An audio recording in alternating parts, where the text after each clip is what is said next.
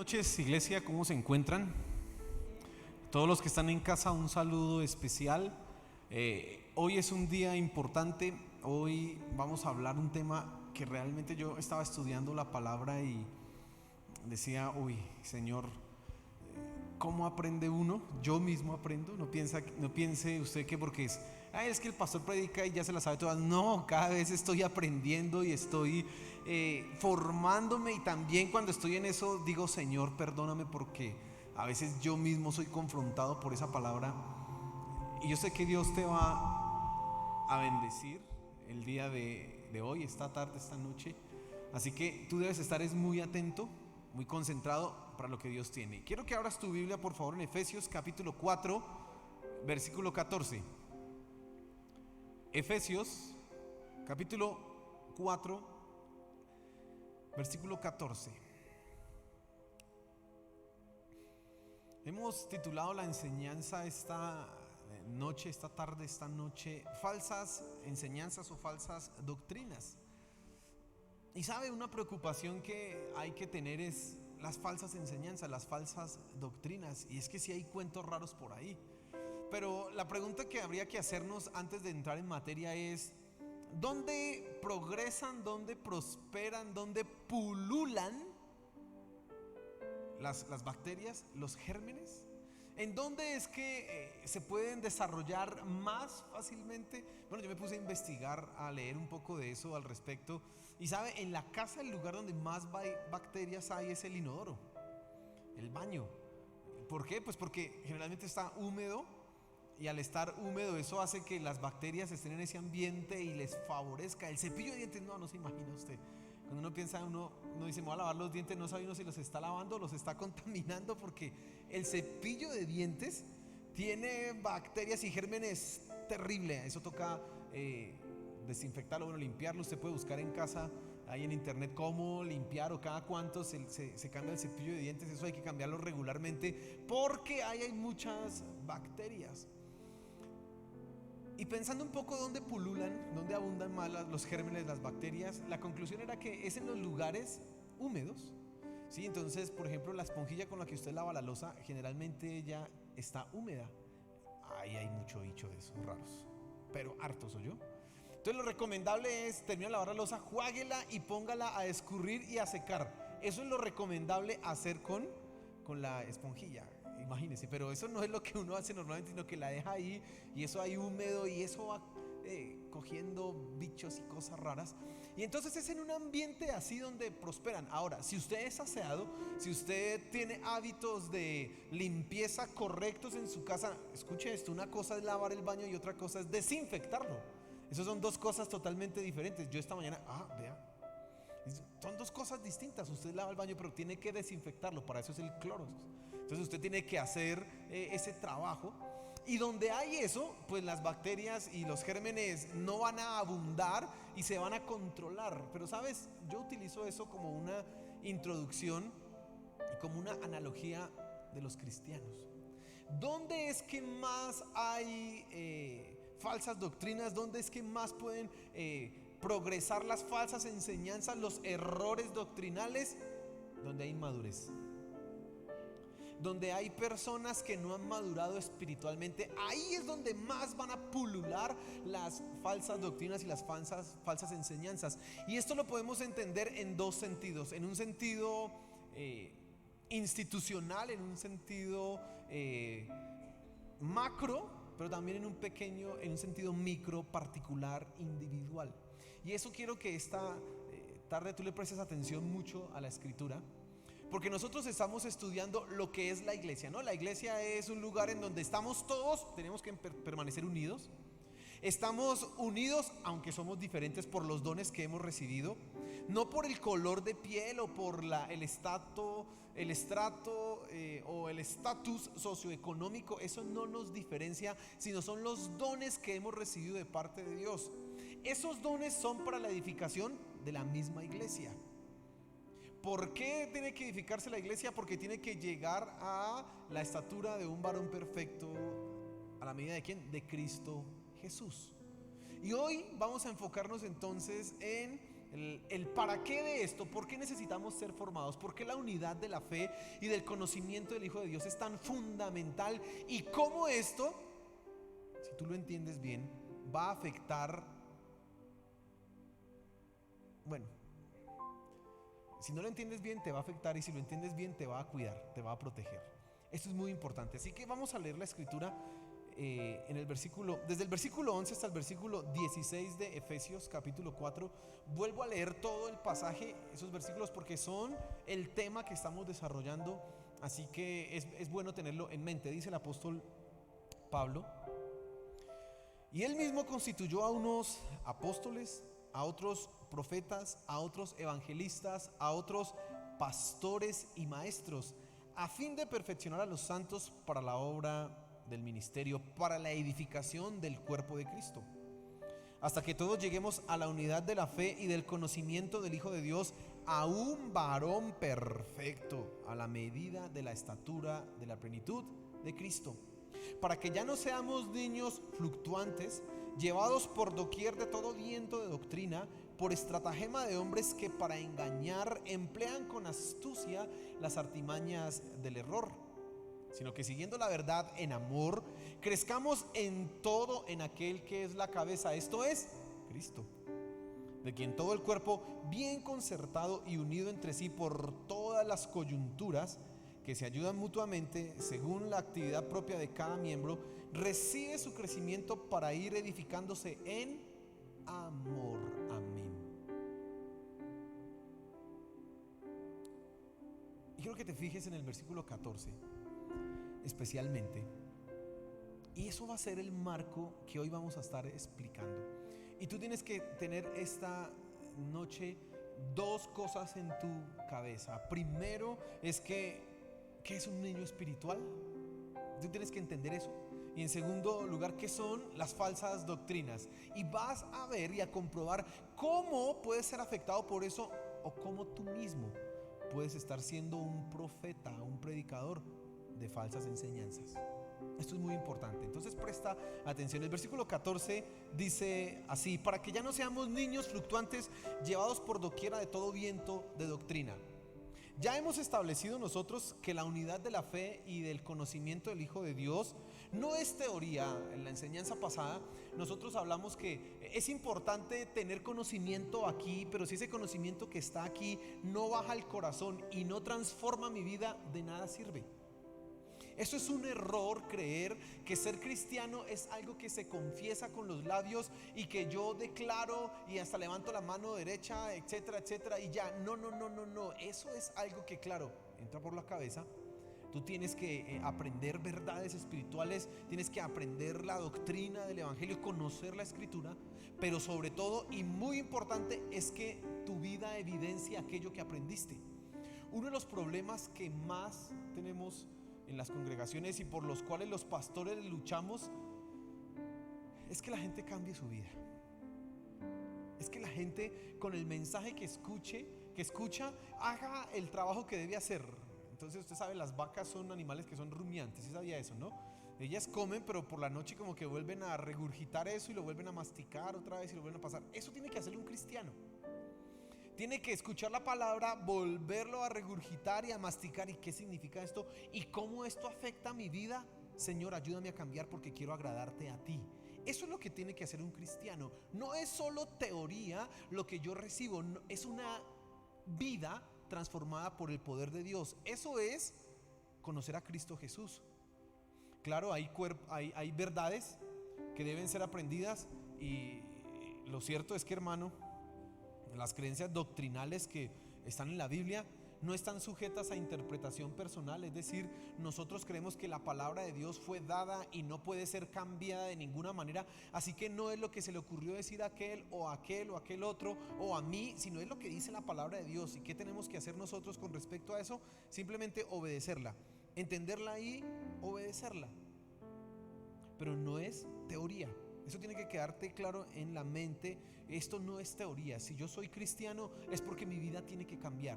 Y entonces eso afecta a todas las áreas en donde tú te desenvuelves. En el trabajo, en el hogar, con los amigos, cuando estás jugando, tú manifiestas eso, muestras lo que has aprendido. Ahora,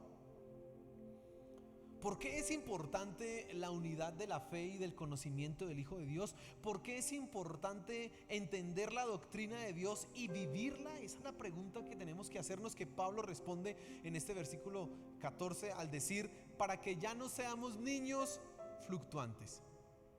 Quiero que tengas en primer lugar presente en este versículo qué es un niño, qué es inmadurez espiritual.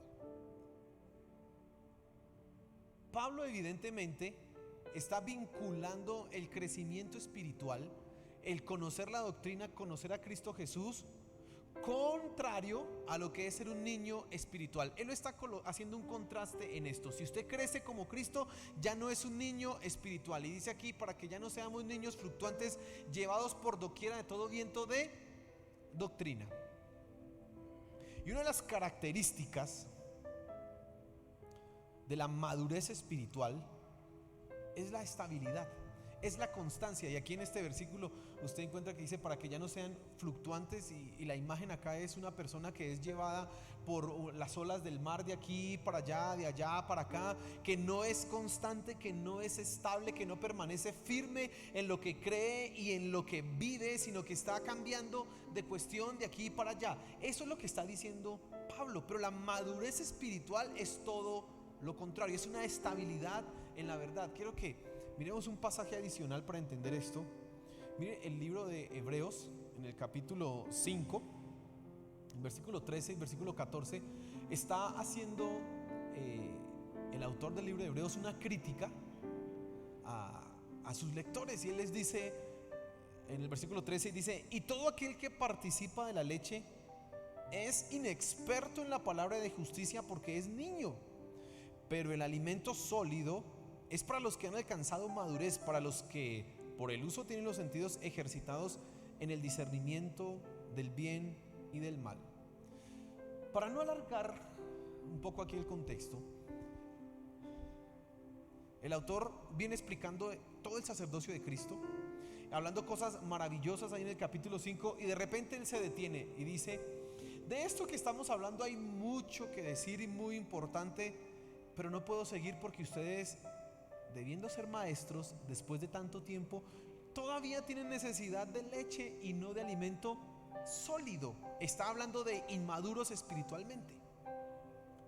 Está criticándoles entonces, su falta de conocimiento en las cosas de Dios, pero también está criticándoles su falta de consagración. Mire el versículo 14, dice: pero el alimento sólido es para los que han alcanzado madurez, para los que por el uso tienen los sentidos ejercitados en el discernimiento del bien y del mal. Y esto es muy importante. Acabo de decir hace un momento que madurez espiritual es ser constante. Ser un niño es ser inconstante. Ser un niño no es permanecer en las cosas que se creen, sino: hoy me dijo mi amigo aquel cosa, hoy creo eso. Mañana me dijo mi amigo tal cosa, mañana creo eso. Es ese asunto lo que hace a un niño, lo que lo caracteriza. Pero la constancia, la perseverancia en la verdad es lo que caracteriza a una persona madura espiritualmente. Fíjate que uno puede pensar aquí en Hebreos capítulo 5 que él les está criticando solamente porque ellos no han desarrollado un conocimiento intelectual profundo. Es que ustedes debían ser ya maestros y por eso no les puedo explicar más. Y uno se puede confundir pensando que es eso, pero no, porque ahí en el versículo 14 él les dice: el alimento sólido es para los que han alcanzado la madurez, para los que por el uso tienen los sentidos ejercitados en el discernimiento del bien y del mal. ¿Y qué es tener los sentidos ejercitados en discernir el bien y el mal? Pues que una persona madura sabe que si hace esto le va a pasar aquello, y entonces dice: eso es malo, eso no lo hago. Yo voy por el bien, eso sí lo tengo que mantener. Un niño no hace eso.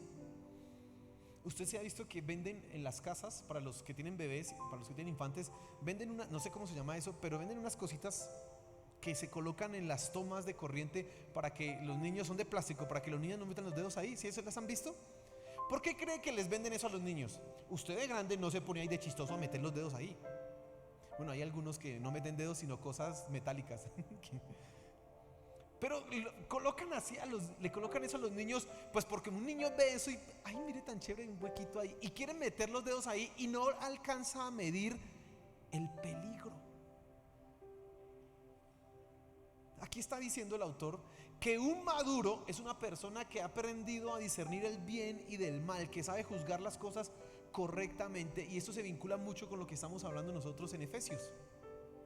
Porque tener unidad de la fe, conocer al Hijo de Dios, es vivir como Cristo Jesús, es tener un discernimiento de lo que es bueno y de lo que es malo, es saber a dónde debo dirigir mi vida. Así que una característica importante de la madurez espiritual es la constancia. Constancia en lo que tú crees. Entonces no puedes andar dudando hoy de una cosa, de lo que te dijeron ayer, mañana dudando de lo que te dijeron hoy, pasado mañana dudo de todo, y al siguiente día, bueno, ya creo otra vez. No, eso es una cosa que no es correcta. Una cosa que habla de inmadurez. Y debe haber una constancia y una perseverancia en la aplicación de la verdad. Un inmaduro espiritualmente hoy hace el bien y mañana se cansó porque es que, ay, no, ya no. O hace el bien dependiendo de las circunstancias. Si son favorables, sí. ¿Sabe qué hace un inmaduro espiritual? Yo voy a hacer el bien si la otra persona se porta bien. Es que si no, pues no. Eso es un inmaduro espiritualmente. Porque él está midiendo su perseverancia y su constancia en lo que hace dependiendo de la respuesta de quién, del otro. Ese es muy inmaduro espiritualmente.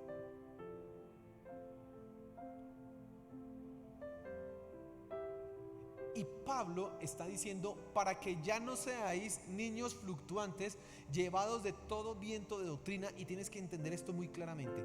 Si yo tengo unidad en la fe, si yo conozco al Hijo de Dios, el resultado es que no voy a ser un inmaduro. En la práctica es que voy a vivir derechito, correctamente. No me voy a desviar para acá, no voy a andar de un lado para el otro. Mi vida se va a ajustar a lo que dice la Escritura. No importa si la persona que está a mi lado me responde o no me responde como debe ser. Yo lo voy a hacer porque soy maduro espiritualmente. Es que si yo voy en el carro y entonces el que está atrás me cerró, pues yo también lo cierro. Y no, pues si ya me deja de cerrar, entonces yo si no lo cierro, pues que cambie él. Ya. Eso es inmadurez.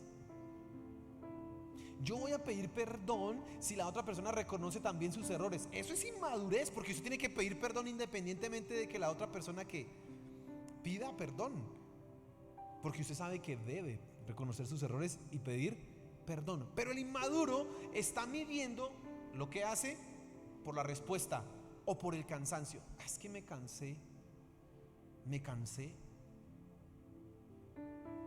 No, es que esto he intentado, he buscado lograr que en mi matrimonio o que en mi trabajo me vaya bien y eso todo me va mal. No, eso me dicen bulto de sal y todo me sale mal. No quiero seguir. Mejor como que no sigo en esto. Eso es inmadurez.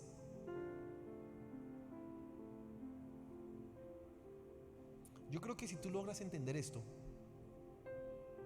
y logras pensar un poco en tu vida y reflexionas, ¿yo qué tan maduro soy? En mi matrimonio, tú no vas a tener un pensamiento de separación nunca, porque vas a decir, voy a actuar como un cristiano, y eso en mi mente no estará eso. Nosotros no controlamos la respuesta de la otra persona, pero en mi mente no va a estar eso nunca, y voy a hacer las cosas bien. Eso hace una persona que es madura espiritualmente. En mis relaciones con mi familia, es que todo es una pelea, es que no me entienden, es que nadie me quiere, es que yo quiero comer gusanos, es que cuando usted entiende, voy a ser un maduro espiritualmente. Así que no es que me quieran, es que yo los voy a querer. Es que no es que me entiendan, es que yo los voy a entender. Es que no me busquen, es que yo los voy a buscar. Eso es ser maduro espiritualmente. Y tú necesitas entender la palabra de Dios, aplicarla a tu vida, conocer al Hijo de Dios, vivir como el Hijo de Dios, para dejar de ser un inmaduro espiritualmente. Y yo quiero que pienses un momento en algunas cosas en este punto.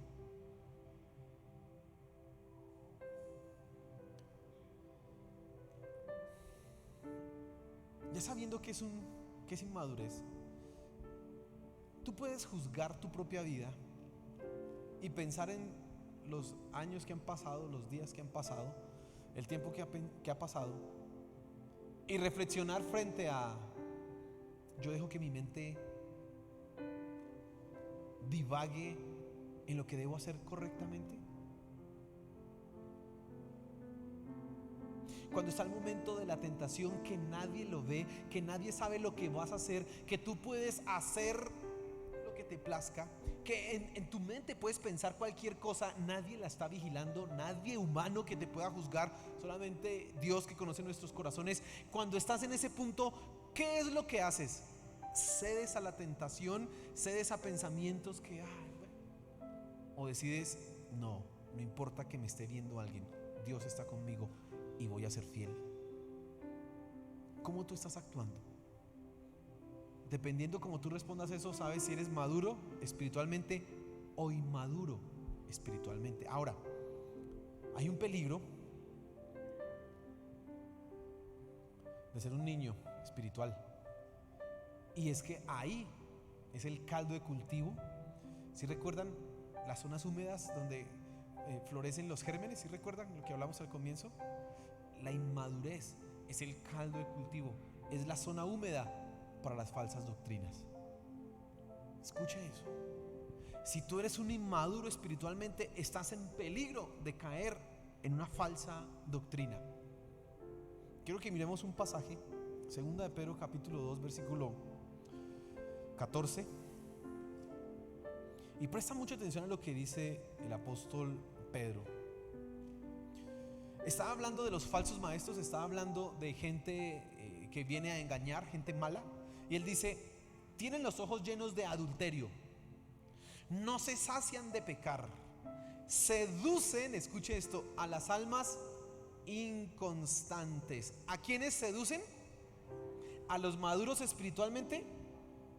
A los niños, a ese que un día sí quiere portarse bien y al otro día no.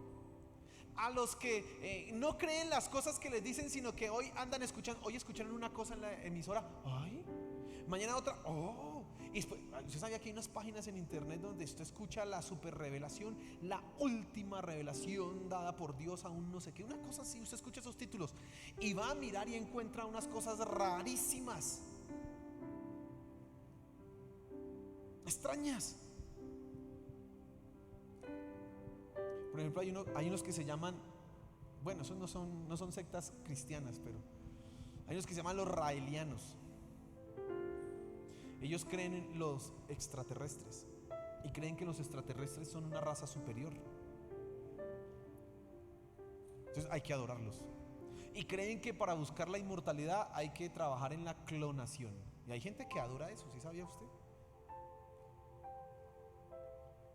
Hay otros por allá en China, Japón, perdón, Aleph se llaman ellos. ¿Sabía que la primera letra del alfabeto hebreo es Aleph? Entonces se llaman así, Aleph. Y esta gente, el líder de ellos, no sé cómo se pronuncia el nombre, pero dijo que él era el nuevo Jesucristo y que era el nuevo iluminado después de Buda. O sea, ese man tiene todos los conocimientos habidos y por haber. Y por allá encontró una profecía extraña, y ¿sabe qué hizo él?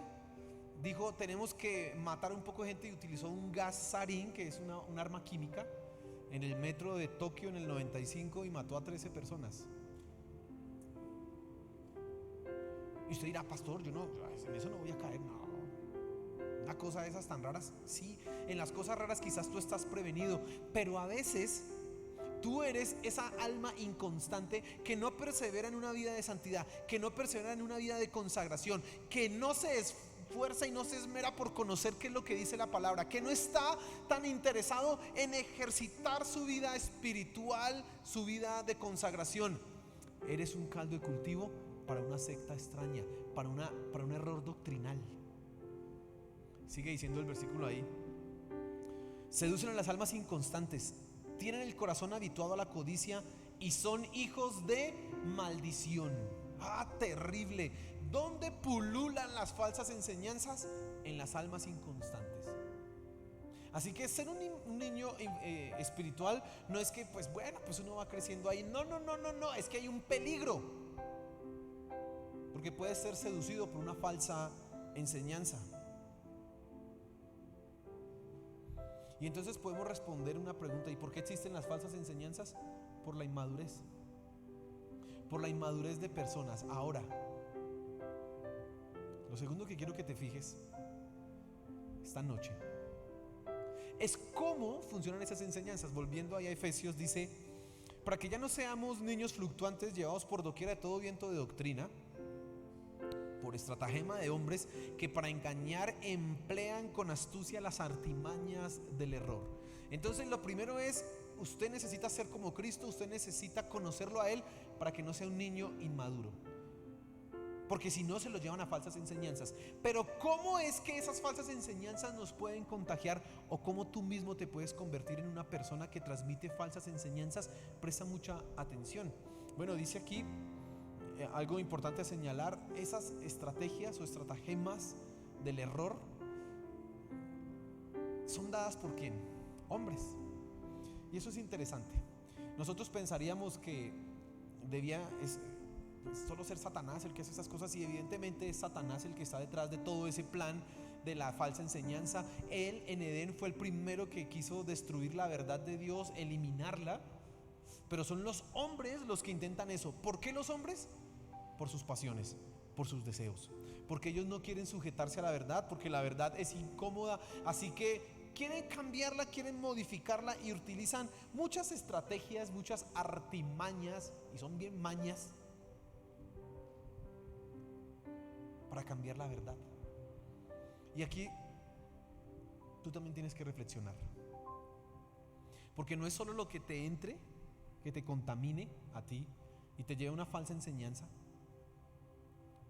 que tú seas débil por tu propia naturaleza pecaminosa, por tus pasiones, entonces tú intentas hacer algo, sino que tú mismo puedes ser un promotor de falsas enseñanzas. ¿Por qué? Por tus mismas pasiones. Y aquí es donde tú tienes que revisarte.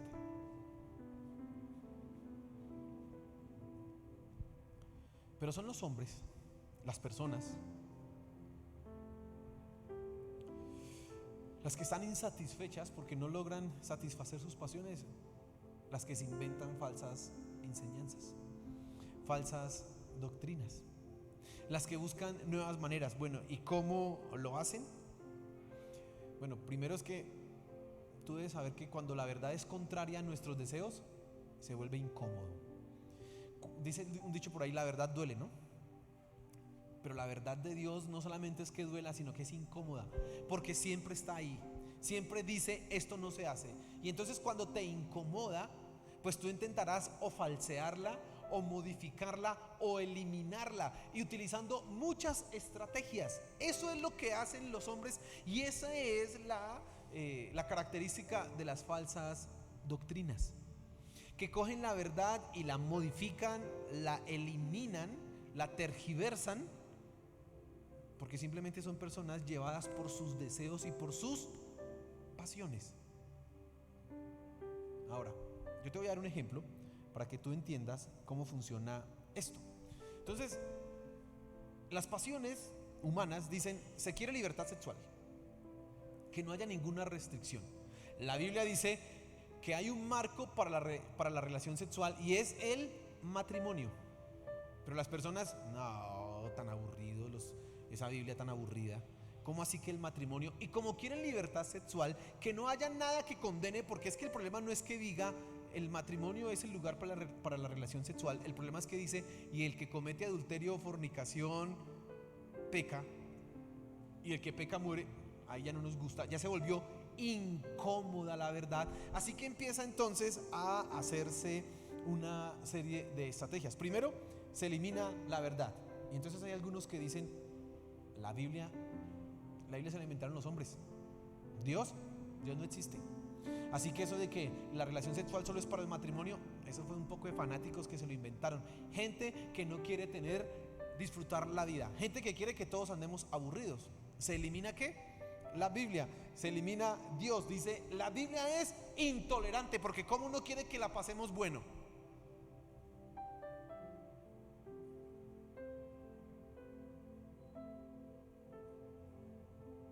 Se niega rotundamente la verdad. Se dice simplemente, la Biblia no es verdad. Y yo quiero que tú reflexiones en algo. El ejemplo que yo estoy dando es con la libertad sexual, pero probablemente tú luches con dar los diezmos, y son tus pasiones las que te llevan a decir, eso no es verdad, eso de los diezmos no es verdad. Eso se lo inventaron fue los pastores, no, eso no dice en la Biblia. Esas son tus pasiones. ¿Sí me estás escuchando? Tú ya no luchas con la libertad sexual, pero sí con los diezmos. No, pero tus pasiones te dicen, hoy es la época y ese es el momento en que nos tenemos que levantar en contra del gobierno. Así que tú no vas a leer nunca Tito capítulo 3, ni Primera Timoteo capítulo 3, ni Romanos capítulo 13, ni Primera de Pedro capítulo 3. No, ¿por qué? Porque dice, sométase todas las personas a las autoridades. Entonces usted, no, espere un momentico. Eso que dice la Biblia, no. Son tus pasiones. Y eso te lleva a una falsa enseñanza. Si te das cuenta, estás eliminando la verdad. Así es como funciona. Pero sigamos con nuestro ejemplo. Se falsea la verdad. Lo primero es que se trata de eliminarla. Lo otro es que pues vamos a falsearla. Es decir, no la eliminemos, pero demostremos que es falsa. Y entonces se dicen cosas como, por ejemplo, pues aunque la Biblia diga que el matrimonio es el lugar indicado para la relación sexual, pues yo estoy de acuerdo con eso, pero hay que probar antes, porque si uno no se entiende en lo sexual, pues cómo se va a meter después ese sufrimiento toda la vida y casado uno. ¿Usted sabe que usan ese argumento? Hay que probar. Entonces le dicen, cuando usted va a comprar un electrodoméstico, usted está en la tienda, me lo deja ver cómo prueba, cómo funciona, y si está satisfecho con el producto, ahí sí lo compra y se compromete. Están falseando la verdad. Están diciendo, pues claro, el matrimonio es lo más importante, pero antes de casarse y después de que uno esté allá, uno es fiel, hay que disfrutar el cuerpo. Así que la masturbación no es pecado. Además, como no dice en la Biblia. Y finalmente, uno a quién le está haciendo daño. Yo creo que Dios lo juzgue uno por eso. Así es que están pensando. Y entonces entramos en una falsa enseñanza. Y esa falsa enseñanza no es necesario que haya una persona así como yo estoy esta noche proclamándola, hay que hacer esto que es contrario a la Biblia. No, esa misma falsa enseñanza la puedes tener tú en tu vida. La puedes estar aplicando en tu manera de actuar y tú te conviertes en un profeta de esas falsas enseñanzas. Porque cuando alguien se acerca a ti y te dice, ay, es que usted que cree que la masturbación es mala, usted dice, pues eso no aparece en la Biblia. Y usted lo dice así porque usted sabe que es lo que usted piensa, porque usted tiene el mismo pecado, porque usted quiere libertad sexual.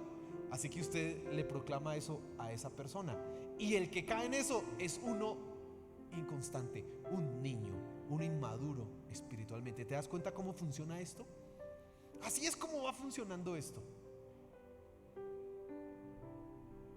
Otro argumento que utilizan para cuando se falsea la verdad es que el amor no debe tener límites. Pero el amor aquí no es el amor, sino es el sexo. Ellos vinculan la palabra amor ¿con qué? Con sexo. El amor no debe tener límites.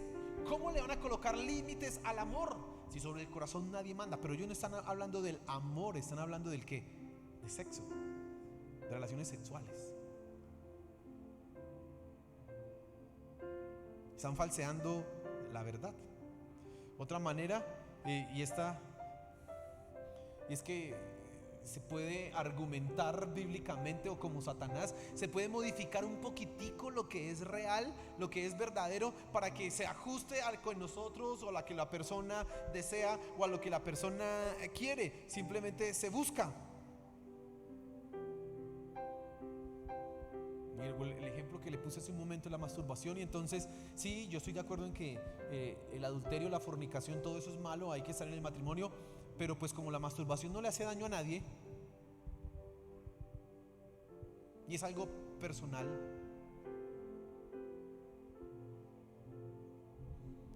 Se está usando la verdad y se está modificando. Pastor, dígame dónde dice la Biblia que uno debe fumar marihuana. Pues que en la Biblia no se habla de marihuana. Pastor, ¿dónde dice que yo no debo bailar? Luego, ¿es que acaso en la iglesia no bailan? Yo veo un poco de niñas allá bailando y ahora hay que no bailan.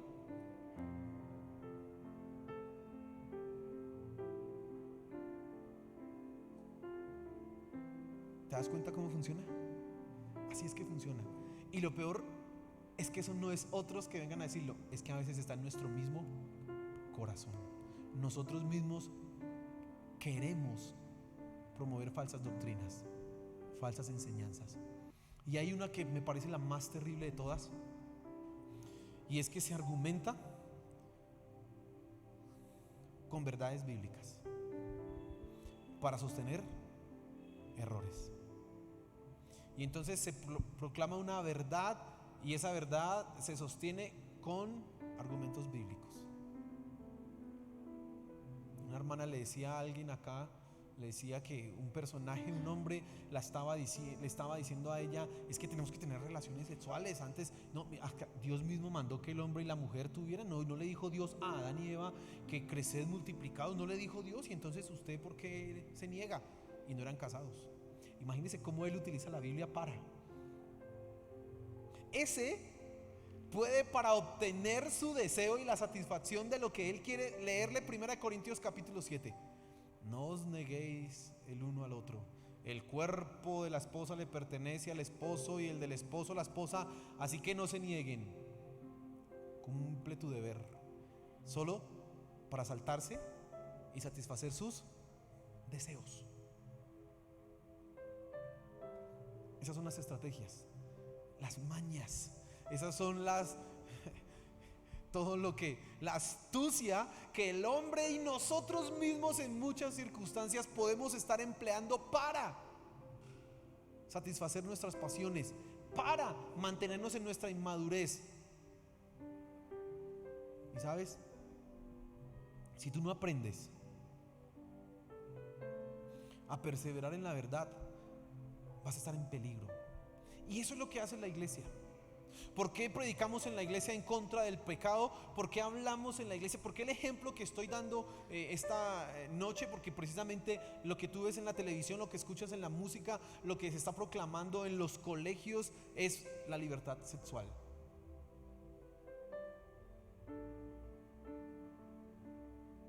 Y hay muchos cristianos que dicen creer en Dios, que dicen amarle, y aún así tienen su corazón metido en esa misma anhelo y deseo de libertad sexual sin límites, y entonces falsean la verdad, la modifican, la niegan o utilizan argumentos bíblicos para.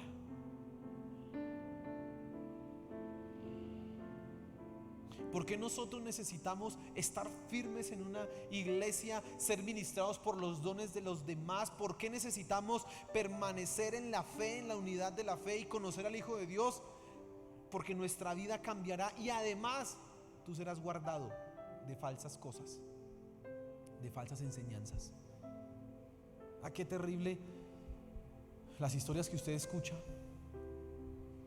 Es que yo un día estaba por ahí, yo iba a la iglesia cristiana y yo era juicioso, yo hasta cantaba en la alabanza. Le dicen a uno, ay sí, ¿y qué pasó? No, yo no sé, un día escuché a tal persona, o conocí a tal persona, o en radio escuché tal cosa, que vino el no sé qué profeta de si sé cuánto, y yo me fui a verlo y resultó vendiéndome un aceite ungido y no sé qué, y después del aceite ungido me vendieron fue la rosa de no sé qué, y después me vendieron el manto que estaba allá y un pedacito de la cruz de Cristo que la habían sacado de no sé qué, y entonces yo vendí la casa, todo. Y cuando yo escucho eso, tengo dos reacciones. La primera no la manifiesto, quisiera. La segunda sí, pero la primera es ¿y por qué se metió allá? ¿Es que no lee la Biblia? ¿Pero por qué? Y otro cocotazo bien merecido lo tiene. ¿Quién lo manda? Pero uno, tranquilo, vamos adelante. Pastor, imagínese que me pasó eso en esa iglesia y ese señor dijo que era el ungido y entonces que él tenía la simiente santa y que todas teníamos que acostarnos con él para poder procrear a la nueva generación de Dios. Y usted se ríe, pero así hay cuentos, hermano. Usted se ríe, pero hay gente que cree eso. ¿Usted puede imaginarse? Son almas inconstantes. Son personas que no han conocido a Cristo, que en su vida no han perseverado en la fe, que no escudriñan la palabra. Por tanto, viene cualquiera con un cuento raro y allá caen rendidos. Por eso le digo, hasta ganas de darles juguete dan. Es que mejor dicho.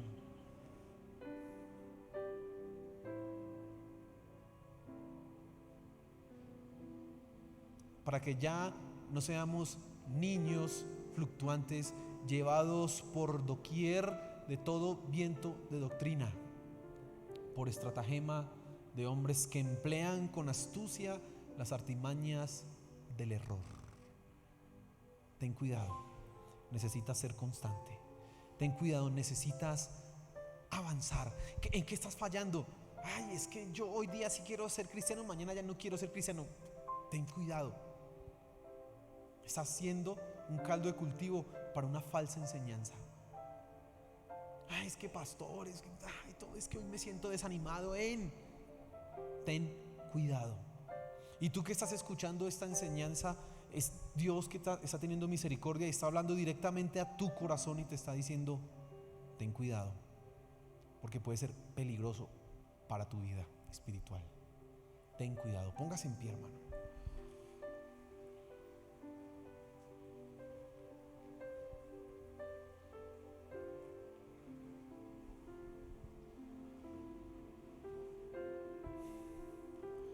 Y creo que la primera oración que tenemos que hacer es con respecto a nuestra vida personal, a nuestra madurez, a nuestro conocimiento de Dios. Y ya sabes que el conocimiento de Dios no es teoría, hermano, no es teoría. Claro que estudiamos la palabra de Dios, claro que nos volvemos personas que pueden describir algunas cosas de la doctrina, claro que lo podemos hacer, pero esto no es teoría. Eso es una vida santa, fundamentada en la palabra de Dios. Amén. Pero si tú te das cuenta que escuchando la palabra de Dios todavía no has aplicado verdades a tu vida, o las aplicas un mes y el otro mes ya no, y no perseveras en mantenerte en eso, tienes que tener cuidado. Y te llamo en el nombre del Señor Jesús a que te arrepientas. Es que pastor, hoy vengo a la iglesia, o los que están en casa viendo la transmisión, yo escuché el mensaje hoy y pues hace un mes también y pues me parece bonito. Ten cuidado, porque esa inconstancia te pone en peligro. Estás demostrando una inmadurez peligrosa. Es que yo me quiero, hoy estoy en esta iglesia, mañana estoy en esta, mañana quiero irme para la otra. Ten cuidado, porque eso puede dañar tu vida. Y si esa es tu condición, necesitas arrepentirte.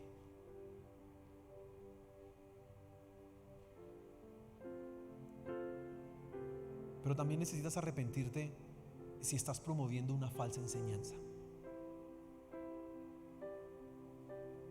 Es que como yo estoy de acuerdo con la protesta social y entonces la iglesia tiene que... Perdón, esa es tu pasión, pero eso no es la verdad de Dios, eso es diferente. Y entonces tú no puedes estar promoviendo cosas que no dicen en la Biblia. Y tienes que tener mucho cuidado, porque eso puede ser peligroso para tu vida. Mucho cuidado necesitas tener. Señor, gracias por tu palabra. Gracias por lo que tú nos hablas, Señor de los cielos. En todo momento tú estás hablando a nuestros corazones. Y yo te pido, Señor, que nos ayudes a no ser inconstantes, a no ser inmaduros, a perseverar en el conocimiento de la verdad, a perseverar en la fe, en el conocimiento de ti, mi Señor Jesús. Yo quiero llegar a ser como tú, Señor Jesús. Ayúdanos a todos a llegar a ser como tú. Oro por aquellos que son inconstantes, que están luchando con sus debilidades, que un día están animados, otro día están desanimados. Yo te pido, Señor, que tú traigas a sus vidas esa convicción de pecado, y que los toques, Espíritu Santo, para que sean personas que empiecen a crecer, a madurar espiritualmente. Por favor, Señor de los cielos, por favor.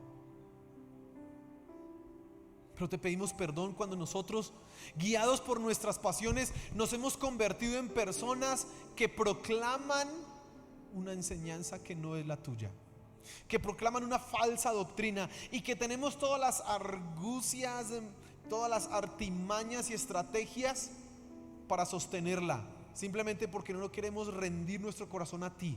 Perdónanos, Señor Jesús. Perdónanos, por favor, y ayúdanos. Ayúdanos, Padre Celestial, te lo pedimos. Ayúdanos, Señor de los cielos. Ayúdanos.